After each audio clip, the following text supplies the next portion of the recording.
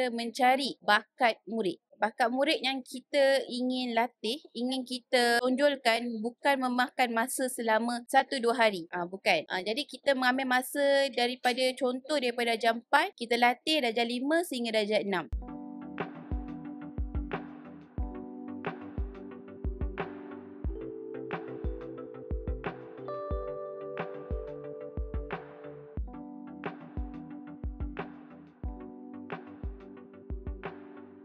Hai, Assalamualaikum. Pada segmen ketiga ini pula, kita beralih kepada tenaga penggerak utama TVPSS di sekolah. Tidak lain dan tidak bukan, pastinya ialah guru pembimbing. Bersama saya di sini, Ustazah Syafiqah Nabila, guru cemerlang pendidikan Islam yang juga merupakan ustazah di Sekolah Kebangsaan Taman Bukit Tirap. Ustazah juga merupakan peserta bagi bengkel kerja pemantapan kru TVPSS untuk pembangunan bahan sokongan PDPC di bawah inisiatif ke-10 Pemerkasaan Pendidikan Digital Negeri Johor tahun 2025. Buat pengetahuan semua juga, tetamu istimewa kita ini juga merupakan seorang ikon guru TVPSS kebangsaan. Insan hebat ya di sebelah saya ini. Assalamualaikum Ustazah. Assalam. Ustazah, saya pasti para penonton semua ni ingin mengetahui apakah intipati ataupun kemahiran baru yang Ustazah peroleh dalam menyertai bengkel ni. Cuba Ustazah terangkan. Okey, baiklah. Terima kasih untuk Adib pada hari ini.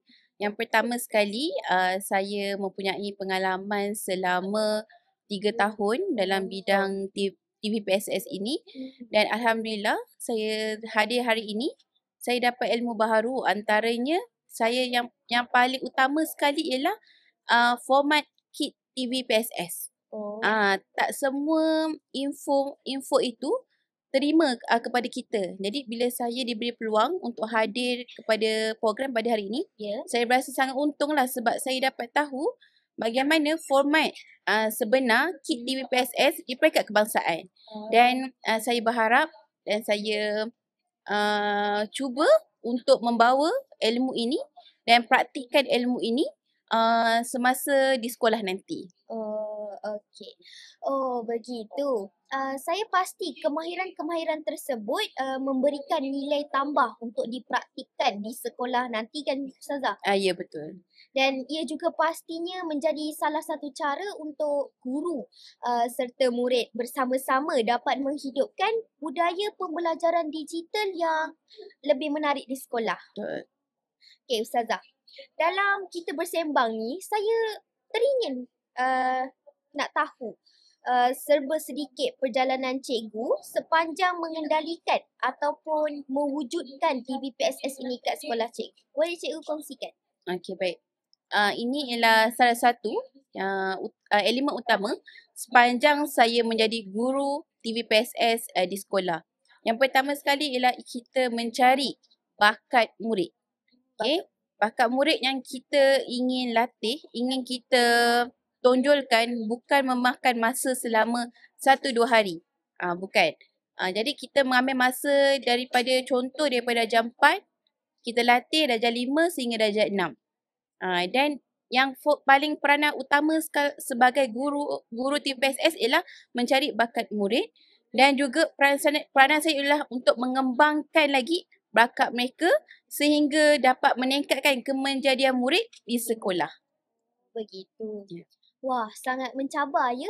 Saya yakin yang perjalanan Ustazah dalam mengendalikan TVPSS ni pastinya bukan mudah lah dan memberikan pengalaman yang pelbagai kan? Ya, betul. Jadi, di sebalik usaha yang diterapkan dalam memastikan pendidikan digital melalui TVPSS ini dapat diwujudkan, apa perancangan Ustazah untuk memastikan TVPSS ni terus kekal relevan untuk murid pada masa hadapan? Okey, baik. Saya sekali lagi selaku guru TVPSS mendukung dasar pendidikan digital ini untuk melahirkan lagi bakat murid, dan yang semestinya kita mendukung salah satu aspirasinya iaitu melahirkan murid fasih digital dan ingin meningkatkan lagi bakat mereka, kemenjadian mereka untuk mencapai tahap PAJSK yang lebih cemerlang. Ending dia kita nak lahirkan murid yang kemenjadian murid dan juga kita nak mereka ni mencapai apa? PAJSK yang cemerlang. Okey, baiklah. Terima kasih Ustazah. Wah, dari perkongsian Ustazah hingga ke akhir ini, saya dapat lihat akan semangat Ustazah memang luar biasa sangat. Terima kasih sekali lagi Ustazah di atas perkongsiannya. Saya berharap usaha Ustazah ini terus memberi inspirasi kepada semua pendidik di luar sana untuk terus berinovasi dan menjadikan TVPSS sebagai ruang pembelajaran yang menyeronokkan buat semua murid. Jadinya penonton sekalian, kita akan berhenti rehat seketika dan nantikan siapakah tetamu yang bakal kita bawakan pada segmen selepas ini. Kita kembali selepas ini.